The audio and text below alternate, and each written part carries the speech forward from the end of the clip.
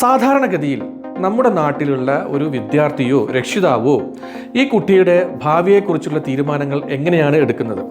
ആ കുഞ്ഞിനെ അടുത്ത് എന്ത് കോഴ്സിലേക്ക് പറഞ്ഞു വിടണം എന്നൊരു കാര്യത്തിൽ ആ വിദ്യാർത്ഥിയുടെ രക്ഷിതാവ് എടുക്കുന്നൊരു തീരുമാനം, അല്ലെങ്കിൽ ആ വിദ്യാർത്ഥി തന്നെ എടുക്കുന്നൊരു തീരുമാനം എന്തെല്ലാം ആട്രിബ്യൂട്ട്സിൻ്റെ ബേസിസിലാണ്, ആരൊക്കെയാണ് ആ തീരുമാനത്തിൻ്റെ ആ ഒരു ഡിസിഷൻ മേക്കിംഗ് പ്രോസസ്സിൽ പങ്കെടുക്കുന്നത് എന്നുള്ള കാര്യം നമ്മളൊന്ന് ചിന്തിച്ചു കഴിഞ്ഞാൽ നമുക്ക് പല കാര്യങ്ങൾക്കുള്ള ഉത്തരം അവിടെ തന്നെ കിട്ടും. ഉദാഹരണം പറഞ്ഞാൽ, ഇന്ന് ഒരു കുഞ്ഞിൻ്റെ അഡ്മിഷൻ സംബന്ധമായിട്ടുള്ള തീരുമാനങ്ങൾ ഏതെല്ലാം റൂട്ടുകളിൽ നിന്നാണ് വരുന്നത് നമുക്കൊന്ന് നോക്കാം. ആദ്യം കുഞ്ഞിൻ്റെ പാരൻസ്, അവൻ്റെ അച്ഛനോ അമ്മയോ ആണ് ഈ തീരുമാനങ്ങൾ എടുക്കുന്നത്. ഇന്ന് ഇന്ത്യയിൽ 83% വിദ്യാർത്ഥികൾക്ക് വേണ്ടിയിട്ടും അവരുടെ കരിയർ സംബന്ധമായിട്ടുള്ള തീരുമാനങ്ങൾ എടുക്കുന്നത് അവരുടെ രക്ഷിതാക്കൾ, അതായത് അവരുടെ മാതാപിതാക്കളാണെന്നാണ് ഒരു സർവേ പുറത്തു വന്നിട്ടുള്ള വളരെ ഞെട്ടിപ്പിക്കുന്ന ഒരു വിവരം. കാരണം ആ 83% വിദ്യാർത്ഥികൾക്കും അവരുടെ കരിയർ സംബന്ധമായിട്ടുള്ള ഡിസിഷൻ മേക്കിങ്ങിൽ യാതൊരു റോളുമില്ല. അവരുടെ രക്ഷിതാക്കളാണ് തീരുമാനിക്കുന്നത് ആ കുട്ടികൾ ഏത് കോഴ്സിന് പോകണം, അവർ എന്ത് പഠിക്കണം, അടുത്ത ചുവടുവെപ്പ് എങ്ങനെ നടത്തണം മുതലായിട്ടുള്ള കാര്യങ്ങൾ. അവരുടെ മാതാപിതാക്കൾ പറയുന്ന കാര്യങ്ങൾ അക്ഷരം പ്രതി അനുസരിച്ചിട്ട് അങ്ങനെ മുമ്പോട്ട് പോകുന്നു എന്ന് മാത്രം. ഇവിടെ ആ കോഴ്സുകൾ തങ്ങളുടെ മക്കൾക്ക് ഏറ്റവും ഇണങ്ങുന്നതാണോ മുതലായിട്ടുള്ള വളരെ ആഴത്തിലുള്ള വിശകലനത്തിലൂടെ ചിന്തയിലൂടെ ഒന്നുമല്ല ആ പേരൻസ് തീരുമാനമെടുക്കുന്നത് എന്നുള്ളതാണ് ഏറ്റവും വിഷമകരമായിട്ടുള്ള കാര്യം. അവർ പത്രങ്ങളിലൂടെയോ അല്ലെങ്കിൽ ടി വിയിലൂടെയോ അല്ലെങ്കിൽ വേറെ ആരെങ്കിലും പറഞ്ഞു കേട്ടോ ഏതെങ്കിലും ഒരു കോഴ്സിനെ കുറിച്ച് അവരെന്തൊക്കെയോ മനസ്സിലാക്കുന്നു. ഉടനെ അവർ പറയുകയാണ്, ഓക്കെ, ഈ ജോലിക്കാണ് ഇന്ന് ഏറ്റവും കൂടുതൽ തൊഴിൽ സാധ്യത ഉള്ളത്, അല്ലെങ്കിൽ ഈ ജോലിക്ക് പോയി കഴിഞ്ഞാൽ നല്ല ശമ്പളം കിട്ടും. അപ്പുറത്തെ വീട്ടിലൊരു ചേച്ചി അല്ലെങ്കിൽ അയൽവക്കത്തെ ഒരു ചേട്ടൻ, അയാൾ ഈ കോഴ്സ് പഠിച്ചു, ഇപ്പോൾ അയാൾ നല്ല പുഷലാണ്, അതുകൊണ്ട് നീയും അതേ കോഴ്സ് തന്നെ പഠിച്ചു എന്ന് പറഞ്ഞിട്ട് അവരവരുടെ മക്കളെ ഉന്തിത്തള്ളി വിടുന്നു. ഇത് കേട്ടിട്ട് ആ മക്കളും ആ കോഴ്സിലേക്ക് പോകുന്ന സാഹചര്യമാണ് സംഭവിക്കുന്നത്. തങ്ങളുടെ മക്കൾക്ക് ആ കോഴ്സ് പഠിക്കാനുള്ള കഴിവുണ്ടോ, ടേസ്റ്റ് ഉണ്ടോ, അഭിരുചിയുണ്ടോ, അതിനുള്ളൊരു ജന്മവാസനയുണ്ടോ, അവരെ കൊണ്ട് പഠിക്കാൻ സാധിക്കുമോ, ആ കോഴ്സ് അവനെ കൊണ്ട് വിജയകരമായിട്ട് പൂർത്തിയാക്കാൻ സാധിക്കുമോ എന്നുള്ള യാതൊരു ചിന്തയും വിശകലനവും അവിടെ സംഭവിക്കുന്നില്ല. മാതാപിതാക്കൾ വെറും ഒരു സാലറി എന്നുള്ളൊരൊറ്റ സംഭവം, ആ ജോലിയിൽ എൻ്റെ മോൻ സന്തോഷവാനായിരിക്കുമോ, ഏതെങ്കിലും രീതിയിൽ അവൻ ആ കോഴ്സ് പഠിച്ച് പാസ്സായാൽ പോലും ആ ജോലിയിൽ അവൻ ഹാപ്പി ആയിരിക്കുമോ, അവനതൊരു മുഴു മനസ്സോടു കൂടി ആ ജോലിയിലേക്ക് ഇറങ്ങി ചെയ്യാൻ കഴിയുമോ എന്നുള്ള കാര്യമൊന്നും അവരാരും ചിന്തിക്കുന്നില്ല എന്നുള്ളതാണ് ഏറ്റവും വലിയ സത്യം. ആരോ ഒരാളതിൽ വിജയിച്ചു, അയാളെ അന്ധമായി അനുകരിച്ചുകൊണ്ട് ഇവരും പാരൻസും അത്തരം കാര്യങ്ങളിലേക്ക് ഇറങ്ങിത്തിരിക്കുകയാണ്. ഈ പാരൻസും അവരുടെ മക്കളെ അതിലേക്ക് ഉന്തിത്തള്ളി വിടുകയാണ് ചെയ്യുന്നത്. ഇതാണ് ഖേദകരമായിട്ടുള്ള ഒരു വിഷയം.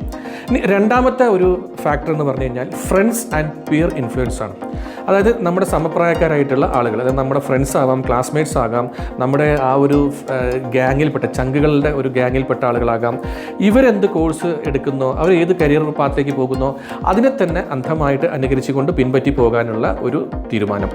അങ്ങനെ ഒരു പ്രവണത നമ്മുടെ വിദ്യാർത്ഥികളിൽ വളരെ കൂടുതലാണ്. അതായത് എൻ്റെ പ്രിയപ്പെട്ട കൂട്ടുകാരൻ, എൻ്റെ ചങ്ക്, അവൻ ഇന്ന കോഴ്സിനാണ് പോകുന്നത്, അപ്പോൾ അവനെ വിട്ട് പിരിയാനുള്ള മടി കൊണ്ട് ഞാനും അവൻ്റെ അതേ പാത പിന്തുടരാൻ വേണ്ടി പോവുകയാണ് എന്ന് പറഞ്ഞ് ഇപ്പോൾ നമ്മളിപ്പോൾ ഉച്ചയ്ക്ക് ഊണ് കഴിച്ച് വീടിൻ്റെ കോലായിൽ ഇരിക്കാൻ വിചാരിക്കുക. അപ്പോൾ ഒരു നമ്മുടെ ഫ്രണ്ട് ഇങ്ങനെ നടന്നു പോകുന്നു, ഇടവഴി കൂടെ നടന്നു പോകുന്നു, നീ എവിടെക്കടാ നിൽക്കണം, ഞാൻ ഈ മാർക്കറ്റിലേക്കാണ് എന്ന് പറയുമ്പോൾ അന്ന് ഞാനും ഉണ്ട് എന്ന് പറഞ്ഞുകൊണ്ട് ചെരുപ്പിട്ട് ഇറങ്ങുന്ന അതേ ഒരു പ്രവണതയോട് കൂടിയിട്ട് നീ എവിടെക്കാ, ഞാൻ MBAക്ക് ചേരാൻ വേണ്ടി പോവാണ്, അല്ലെങ്കിൽ ഞാൻ എഞ്ചിനീയറിംഗ് ചേരാൻ വേണ്ടി പോവാണ്, ആണോ എങ്കിൽ ഞാനും ഉണ്ട്, നമുക്ക് ഒരുമിച്ച് പോകാം എന്ന് പറഞ്ഞ് അങ്ങോട്ട് പോകുന്ന ആ ഒരു ലാഘവത്തിലാണ് പലരും തങ്ങളുടെ കരിയർ പ്ലാനിങ്ങിനെ എടുക്കുന്നത്. ഇങ്ങനെ ഒരു അന്ധമായിട്ട് ഒരു വ്യക്തമായൊരു പ്ലാനിങ് ഇല്ലാതെ പോകുന്നതുകൊണ്ടാണെന്ന് പല കുട്ടികളും പാതി വഴിയിലെത്തിയിട്ട് അന്തം വിട്ട് നിൽക്കുന്നത്. കാരണം അവരുടെ ആ ഒരു ചങ്കിന് അല്ലെങ്കിൽ അവരുടെ ആ ഒരു ഫ്രണ്ടിന് ചിലപ്പോൾ വേണമെങ്കിൽ ആ കോഴ്സ് പഠിച്ചെടുക്കാനുള്ള ഒരു ബുദ്ധി ഉണ്ടായിരിക്കാം, അല്ലെങ്കിൽ അവർക്ക് അതിൽ താല്പര്യവും അഭിരുചിയും കർമ്മശേഷിയും എല്ലാം ഉണ്ടായിരിക്കാം. പക്ഷേ അവനെ വിട്ട് പിരിയാനുള്ള മടി കൊണ്ട് മാത്രം നമ്മൾ അവനെടുക്കുന്ന അതേ കോഴ്സ് എടുത്ത് പുറകെ പോകുമ്പോൾ ചിലപ്പോൾ നമുക്ക് പാതി ദൂരം പിന്നീട് ശേഷം നമുക്ക് മനസ്സിലാക്കുന്നത് നമുക്ക് വഴിതെറ്റിപ്പോയി എന്നുള്ളത്. അപ്പോൾ നമുക്ക് എന്താ ചെയ്യുന്നതെന്ന് അറിയില്ല. നമുക്കൊരു വർഷം പോയി, കുറേ പൈസ പോയി, നമ്മുടെ വിലപ്പെട്ട സമയവും എനർജിയും എല്ലാം പോയി, നമ്മുടെ രക്ഷിതാക്കളുടെയും എല്ലാം നമ്മുടെ സമയവും എനർജിയും പൈസയും ഒക്കെ അവിടെ പാഴായി പോകുന്നൊരു കാഴ്ചയാണ് നമുക്ക് കാണാൻ സാധിക്കുന്നത്. അപ്പോൾ ഇത് സംഭവിക്കരുത്. അപ്പോൾ നേരത്തെ പറഞ്ഞ പോലെ രക്ഷിതാക്കൾ തീരുമാനമെടുക്കുന്ന കുട്ടികൾക്ക് വേണ്ടിയിട്ട്, അതുപോലെ ഫ്രണ്ട്സിൻ്റെയും പിയർ ഗ്രൂപ്പ് സമശീർഷരായിട്ടുള്ള ആളുകളുടെയും ആ പോക്ക് കണ്ടിട്ട് അവരെ അന്ധമായി പിന്തുടർന്നുകൊണ്ട് പോകുന്നൊരു പ്രവണതയും നമ്മുടെ നാട്ടിൽ കാണുന്നുണ്ട്.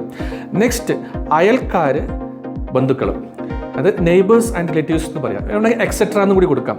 കാരണം ഒരു കുട്ടിയുടെ റിസൾട്ട് വന്നു കഴിഞ്ഞാൽ ആ നിമിഷം മുതൽ അവൻ്റെ അയൽക്കാരും നാട്ടുകാരും ബന്ധുക്കാരും എന്തിന് നാട്ടിൽ മീൻ കൊണ്ടുവരുന്ന മീൻകാരൻ ചേട്ടൻ വരെ കരിയർ കോച്ചായിട്ട് മാറുന്ന ഒരു പ്രവണത നമ്മുടെ നാട്ടിൽ ഉണ്ട്. എല്ലാവരും പറയും നീ ആ കോഴ്സ് എടുത്തോ, ഈ കോഴ്സ് എടുത്തോ. പച്ചക്കറി കടയിൽ പോയാൽ അവിടുത്തെ ചേട്ടൻ പറയുമ്പോൾ നീ ഈ കോഴ്സ് എടുത്ത് പഠിച്ചു, ഭയങ്കര സംഭവമാണെന്ന് പറയും.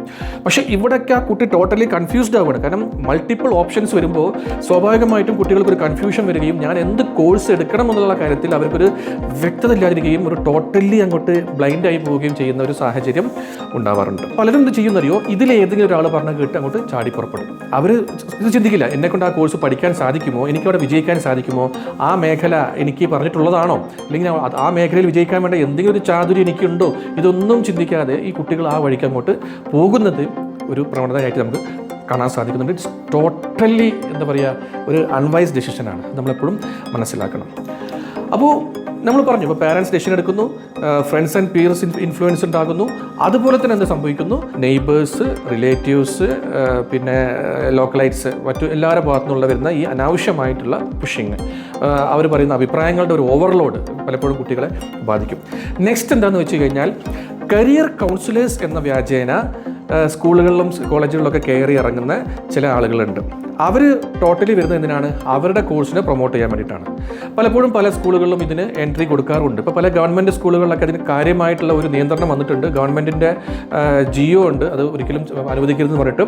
പക്ഷേ അതുകൊണ്ട് കുറച്ചൊക്കെ നിയന്ത്രണം വന്നിട്ടുണ്ട്. പക്ഷേ എന്നാൽ പോലും കുട്ടികൾക്ക് വ്യക്തമായ ഒരു മാർഗ്ഗനിർദ്ദേശം എവിടെ നിന്ന് ലഭിക്കുന്നില്ല. ഇങ്ങനെ വന്ന് കയറുന്ന കരിയർ ഗൈഡൻസ് ചെയ്യുന്ന ആളുകൾ എന്ന പേരിൽ, അല്ലെങ്കിൽ കരിയർ കൗൺസിലിംഗ് ചെയ്യുന്ന ആളുകൾ എന്നുള്ള പേരിൽ പല സ്ഥാപനങ്ങളിലേക്കും വന്ന് കയറുന്ന ആളുകൾ പലരും എന്താണ്, ഏതെങ്കിലും ഒരു കോഴ്സിൻ്റെയോ അല്ലെങ്കിൽ ഒരു സ്ഥാപനത്തിൻ്റെയോ വ്യക്താക്കളായിരിക്കും. അവരവിടെ പറയുന്നത് മൊത്തം അവരുടെ കോഴ്സിനെയോ അല്ലെങ്കിൽ അവരുടെ സ്ഥാപനത്തിനെയോ പ്രൊമോട്ട് ചെയ്തിട്ട് എങ്ങനെയെങ്കിലും അവിടേക്ക് അഡ്മിഷൻ എത്തിക്കാനുള്ള ഉദ്ദേശത്തോടു കൂടിയായിരിക്കും അവർ വരുന്നത്. അവിടെ കുട്ടികളുടെ താല്പര്യങ്ങളെയോ അഭിരുചികളെയോ അവരുടെ ഇൻട്രസ്റ്റിനെയോ ഒന്നും മാനിക്കുന്നില്ല, ആരും തന്നെ മാനിക്കുന്നില്ല. അതായത് എങ്ങനെയെങ്കിലും ഈ കുട്ടികളെ തങ്ങളുടെ അഡ്മിഷൻ ലിസ്റ്റിലേക്ക് കയറ്റുക, അവരെ കയ്യിൽ നിന്ന് കുറേ ഫീസ് വാങ്ങി പെട്ടിയിലാക്കിയിട്ട് തങ്ങളെ ഖജനാവ് നിറയ്ക്കുക. ഈ കുട്ടി ഭാവിയിൽ ആ കോഴ്സിലേക്ക് മുമ്പോട്ട് പോയാലും പാതി വഴിച്ച് നിർത്തിപ്പോയാലും ഒന്നും കുഴപ്പമില്ല, നമുക്ക് ആ പൈസ കിട്ടിയാൽ മതി എന്നുള്ളൊരു സ്വാർത്ഥ ലക്ഷ്യത്തോടു കൂടി വന്നു കയറുന്ന ഒരുപാട് ആളുകൾ ഇന്ന് ഈ മേഖലയിലൊക്കെ പ്രവർത്തിക്കുന്നുണ്ട്. അപ്പോൾ ഇതും ഒരു വലിയ, നമ്മൾ വളരെയധികം ശ്രദ്ധ കൊടുത്ത് ചെയ്യേണ്ട ഒരു കാര്യമാണ്. പിന്നെ മറ്റു പല സോഴ്സൊന്നും, പത്രങ്ങളിലെ പരസ്യങ്ങളൊന്നും, മറ്റു ഹോർഡിങ്സുകൾ, പിന്നെ ടെലിവിഷൻ പരസ്യങ്ങൾ, മറ്റു ഇൻഫ്ലുവൻസർ മാർക്കറ്റിംഗ്, ഇങ്ങനെ ഈ സോഷ്യൽ മീഡിയയിൽ നിന്ന് കിട്ടുന്ന പല ഇൻഫർമേഷൻസ് ഉണ്ട്.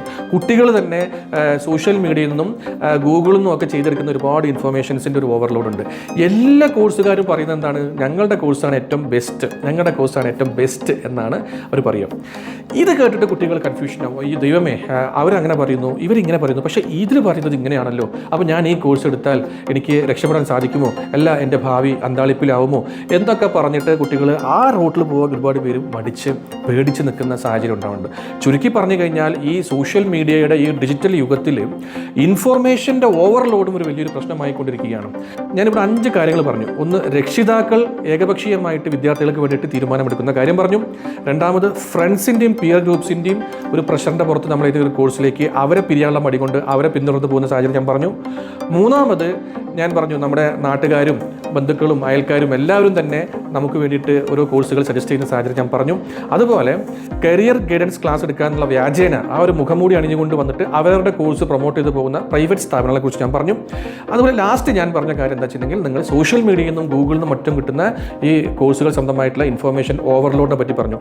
ഈ 4 കാര്യങ്ങളുടെ പുറകെ നിങ്ങൾ പോകുമ്പോഴാണ് പലപ്പോഴും നിങ്ങൾക്ക് തെറ്റ് സംഭവിക്കുന്നത്. പക്ഷേ അങ്ങനെയല്ല ഒരു കോഴ്സ് തിരഞ്ഞെടുക്കേണ്ടത്.